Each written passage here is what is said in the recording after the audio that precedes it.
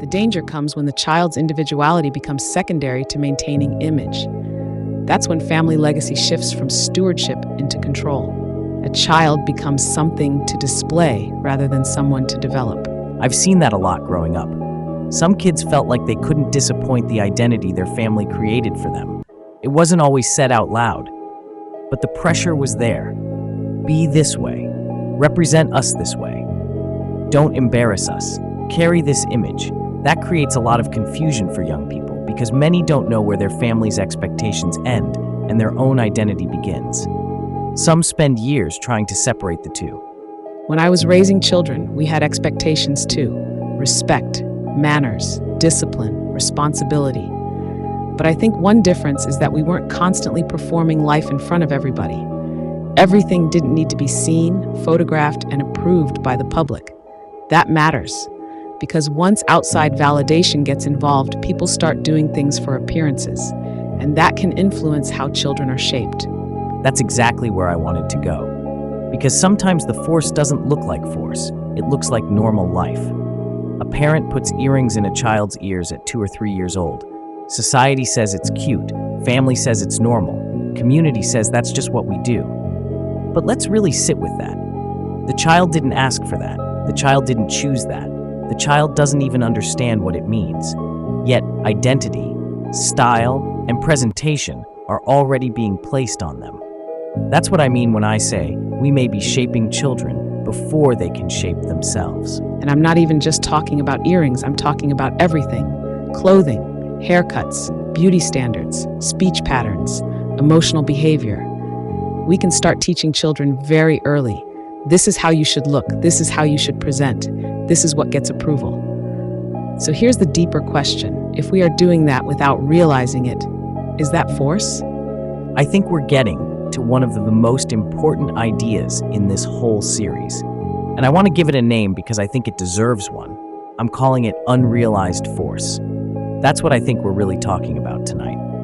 Unrealized force is when something is being placed upon you, expected of you, or normalized around you, but neither the person giving it nor the person receiving it fully recognizes it as force. It doesn't feel aggressive.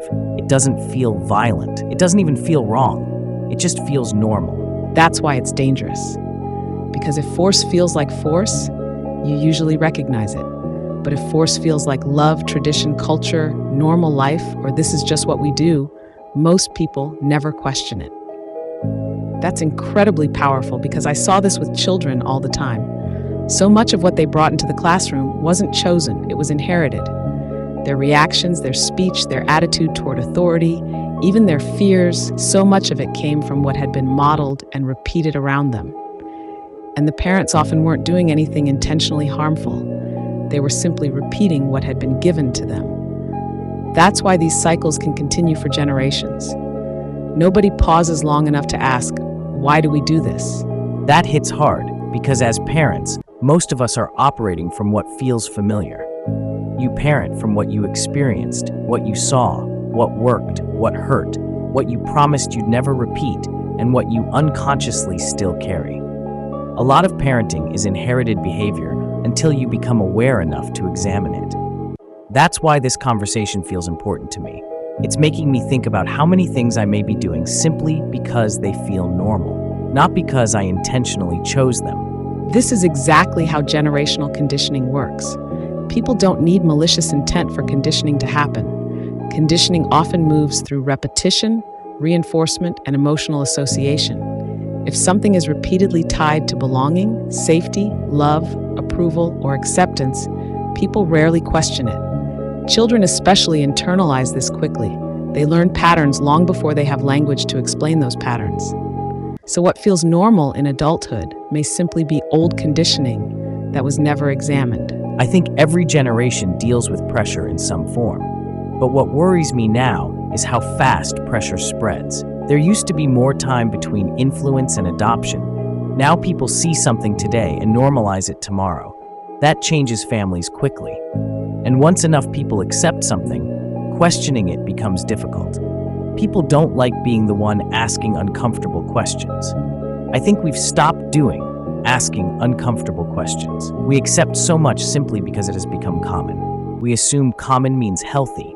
We assume popular means right. We assume normal means harmless. Awareness changes everything.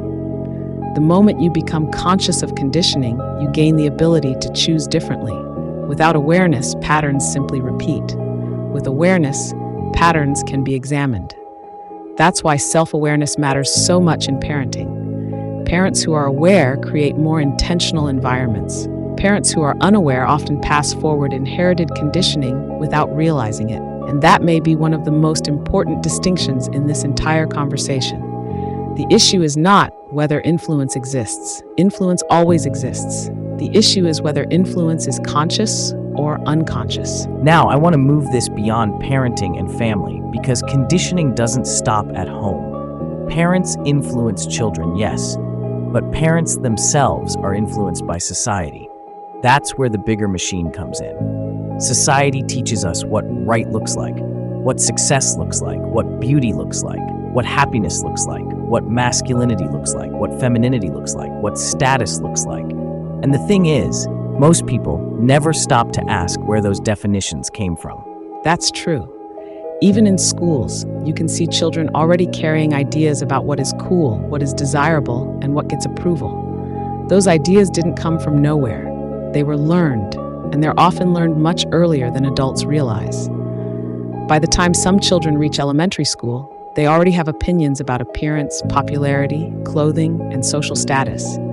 That tells you society starts shaping self-worth very early. As adults, we're not immune either. A lot of us are still chasing definitions we inherited. We're chasing versions of success that may not even align with who we really are. Big house, expensive car, certain income, certain image, certain lifestyle. That's because external achievement cannot fully satisfy internal misalignment. If the life you're building isn't connected to your actual values, emptiness often follows, even when success appears visible. The modern economy depends heavily on dissatisfaction. That's an uncomfortable truth. Entire industries profit by convincing people they are incomplete. If you feel fully secure, fully confident, fully content, you become harder to market to. So systems constantly reinforce subtle messages. You need this, upgrade that, improve this, fix that, enhance this, buy this, become more attractive, become more successful, become more desirable. The economy thrives when people believe they are not enough. That analogy is excellent because it highlights how conditioning shapes perception. We often believe we're making independent choices when many of those choices were heavily influenced by prior conditioning. We reject unfamiliar options, not always because they're wrong, but because they challenge our framework. That feels true. A lot of people don't actually know what they like. They know what their environment taught them to like. There's a difference. Sometimes people are chasing lifestyles they don't even genuinely want. They just want what that lifestyle represents socially. And I think that's where so much suffering comes from. People chasing lives that were never theirs. People trying to become versions of themselves that were never authentic. I think this next part is huge because it explains why so much conditioning works so well. And I want to say something that may sound simple, but I think it's powerful. We've become a society built heavily around consumption instead of creation. Think about the average day. Most people wake up consuming. They consume notifications, consume news, consume content, consume opinions, consume videos, consume ads, consume trends, consume entertainment. All day long, they are receiving. The question becomes, how much are they actually creating? That's such an important point. I've watched children become increasingly accustomed to receiving stimulation instead of creating engagement. Years ago, children had more opportunities to create their own play, solve their own boredom, and use imagination. Now there's constant stimulation available, and when constant stimulation becomes normal, stillness starts feeling uncomfortable. Boredom feels unbearable. Silence feels unfamiliar. But creativity often begins in those spaces. That hits home because I think boredom used to force us to create. You had to figure something out, go outside, build something, imagine something, make something. That process developed problem solving in ways we probably didn't appreciate at the time. Now so much is instantly available. Entertainment is immediate.